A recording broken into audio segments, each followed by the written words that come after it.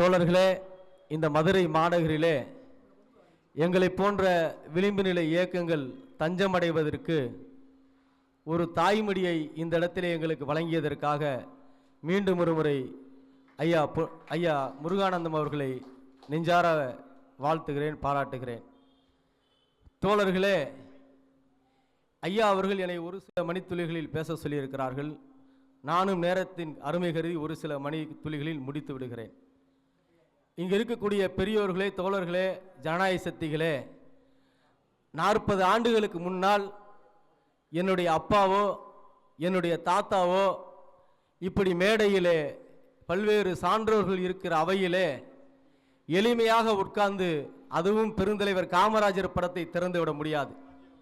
ஏதாவது ஒரு கடைசியிலே ஏதாவது ஒரு ஓரத்திலே தான் இருக்க முடியும்.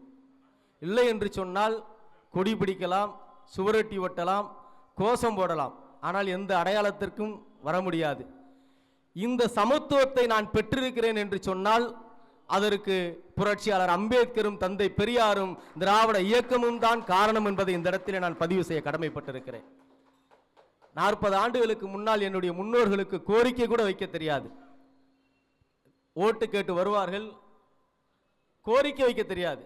எல்லாரும் சமூக நீதி கொடுங்கன்னு கேட்பாங்க, அல்லது வேலை வாய்ப்பு கொடுங்கன்னு கேட்பாங்க, அல்லது ஏதாவது ஒரு கோரிக்கை கேட்பாங்க. ஐயா பெருமதிப்புக்குரிய ஐயா பொன்முத்து ராமலிங்கம் அவர்கள் 40 ஆண்டுகளுக்கு முன்பாக நான் இருக்கிற பகுதிக்கு அடிக்கடி வருவார்கள். கரும்பாலை சத்தியவாணி முத்துநகர் என்கிற பகுதி.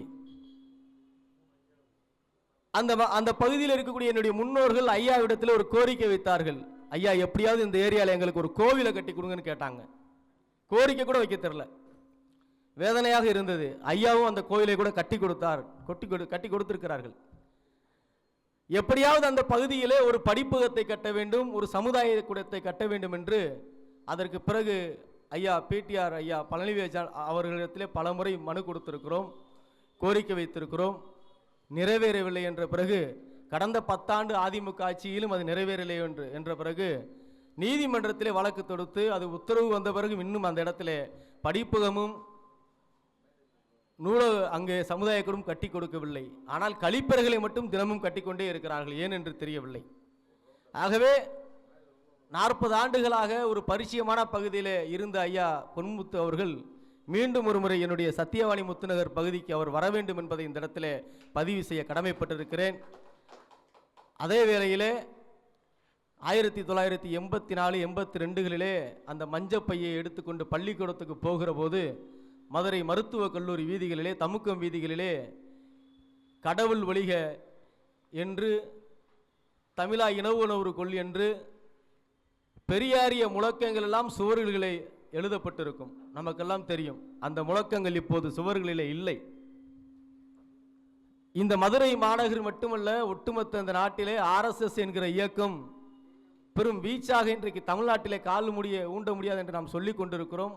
முழு நேர பணியாளர்கள் அங்கே திருமணமே செய்யாமல் பலர் இங்கே தீவிரமாக களத்தில் இறங்கி இருக்கிறார்கள்.